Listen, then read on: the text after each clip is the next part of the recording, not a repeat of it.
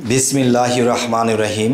হে সমস্ত জগতবাসী, আজ আমি শামীম আলী চিশতি আপনাদের সামনে যে আলোচনাটি নিয়ে আসলাম, সে আলোচনাটি আজকে করব শামীম আলী চিশতির দরবার থেকে, বা আমাদের এই দরবার থেকে আপনাদের সামনে এই আলোচনাটি করব। সে আলোচনাটি অবশ্যই খেয়াল করে শুনবেন।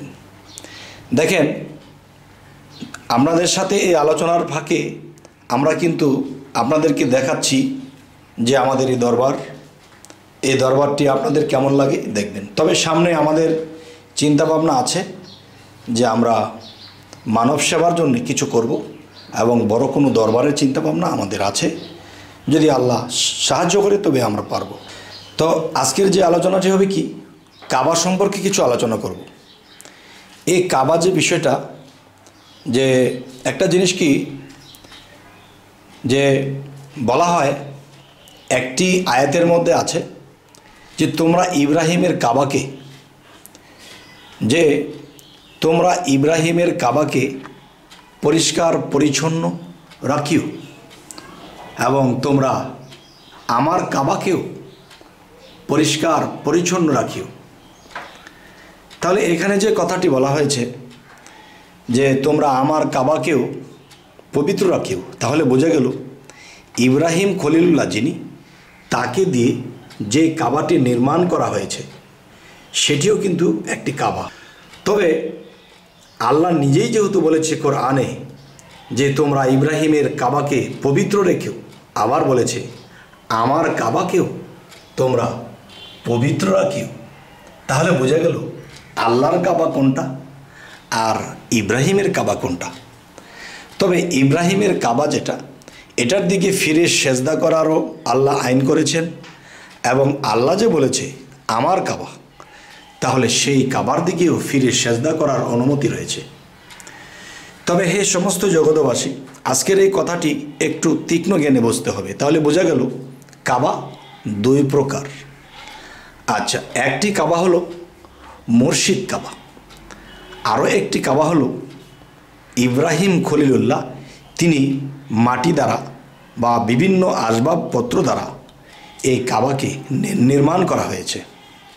তো এখন আমি আপনাদের সামনে যে আলোচনাটি করব, যে একজন ব্যক্তি কাবা দর্শনে চলে যাবে, কাবার কথা মনে পড়ে গেছে, সে কাবার কাছে চলে যাবে, তাহলে সেই কাবার যে বিষয়টি, যে আল্লাহ বলতেছে দেখো আমারই এক ভক্ত, আমারই এক প্রিয় ব্যক্তি, সে আমার দিকে আসছে, আর আমার দিকে আসতে যাইয়া তার পা দুটো সামনে চলছে, তখন সে কি করবে?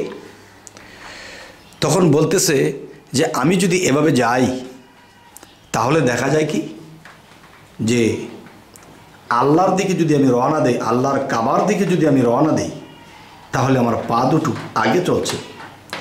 আমার পা দুটো যদি আগে চলে, তাহলে কিন্তু আমার পাপ হবে।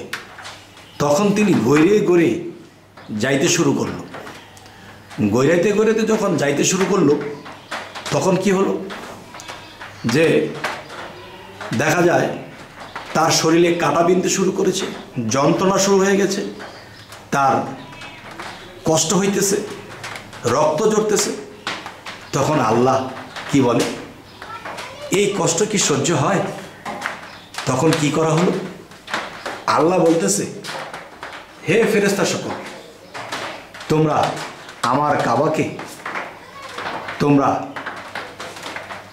উঠিয়ে নাও, উঠিয়ে নিয়ে আমার সেই বান্দার কাছে হাজির করো।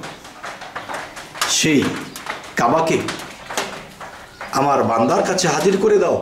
তার কষ্ট হচ্ছে, আর তার কষ্ট আমারও কষ্ট হচ্ছে।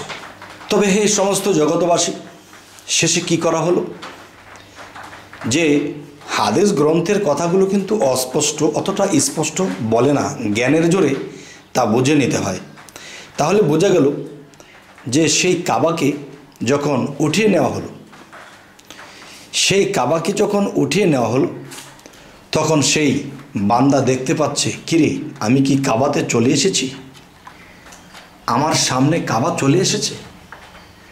তখন সেই কাবাকে দেখে তিনি গড়াগড়ি করা বা গড় দিয়ে যাওয়া বন্ধ করলেন। তাহলে এখন কথা হলো, যেই কাবাটি, এই কাবাটি সামনে তুলে ধরা হয়েছে, বলা হচ্ছে আসলে কি এই কাবা? আল্লাহ কিন্তু বলেছে যে তোমরা ইব্রাহিমের কাবাকে পবিত্র রেখো। আবার এটাও বলা হয়েছে তোমরা আমার কাবাকেও পবিত্র রেখো। সেই কাবাটি কি? সেই কাবাটি হবে কি? মানব কাবা, যার কালবে আল্লাহ বসে। তাহলে যার কালবে আল্লাহ বসে সে কে? সে তো একজন মানুষ। সে কি সাধারণ মানুষ? না, সে কিন্তু কখনোই সাধারণ মানুষ নয়, তিনি অসাধারণ একজন মানুষ। আর সে অসাধারণ মানুষটি কে? সেই অসাধারণ মানুষটি হলো একজন আল্লাহর ওলি। সেই অসাধারণ মানুষটি আল্লাহর প্রিয় বন্ধু, যিনি আমার মুর্শিদ আরশাদুল্লাহ চিশতি। আপনারা অবশ্যই দেখতে পাচ্ছেন।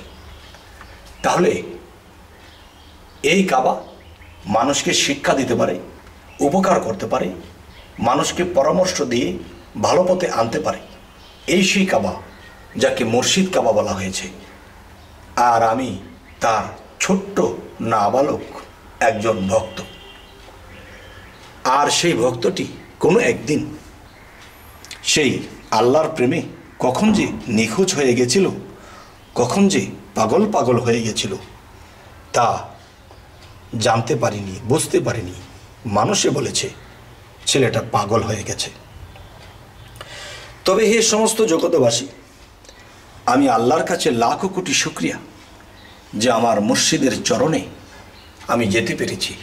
আর কোরআনে সূরা কাহাফ এবং সূরা ফাতার মধ্যে বলেছে তোমরা কামেল মুর্শিদের কাছে যাও।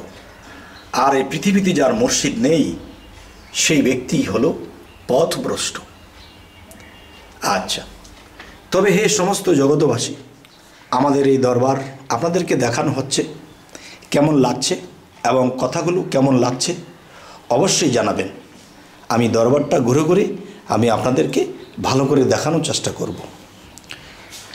তবে হে সমস্ত জগতবাসী, আমি চাইছি যে এই পৃথিবীর মানুষ আল্লাহর দিকে রওনা দিক। আর একা একা যদি আল্লাহর দিকে রওনা দেওয়া হয় তাহলে কিন্তু কিছুই হবে না, কিছুই পাবে না। তাই কেউ যদি অস্বীকার করে যে না আমরা কোরআন হাদিস পড়বো, আল্লাহর দিকে রওনা দেব, আমাদের কি মুর্শিদ ধরতে হবে? হ্যাঁ, মুর্শিদ ধরার কথা আল্লাহ বলেছে এবং সূরা কাহাফের মধ্যে আল্লাহ তার প্রমাণ দিয়েছে, সূরা ফাতার মধ্যে তার প্রমাণ দিয়েছে। যার মুর্শিদ নেই সে পথভ্রষ্ট, যে মুর্শিদকে মানে না সে পথভ্রষ্ট। তাই বলবো হে সমস্ত জগতবাসী, আজকের এই আলোচনাগুলো এই জন্যই করা হলো যে আলোচনার পাশাপাশি আপনাদেরকে দেখানো হলো আমাদের এই দরবার। কেমন লাগলো অবশ্যই বলবেন এবং আমাদের এই আলোচনা কেমন লাগলো তাও বলবেন, যাতে করে পরবর্তীতে যেন ভালো আলোচনা আপনাদেরকে এনে দিতে পারি। আমাদের চ্যানেলটিকে অবশ্যই সাবস্ক্রাইব করে রাখবেন, পরবর্তীতে যেন ভালো আলোচনা এনে দিতে পারি। যদি ফেসবুক হয় তো অবশ্যই ফলো করে রাখবেন। সকলে ভালো থাকবেন।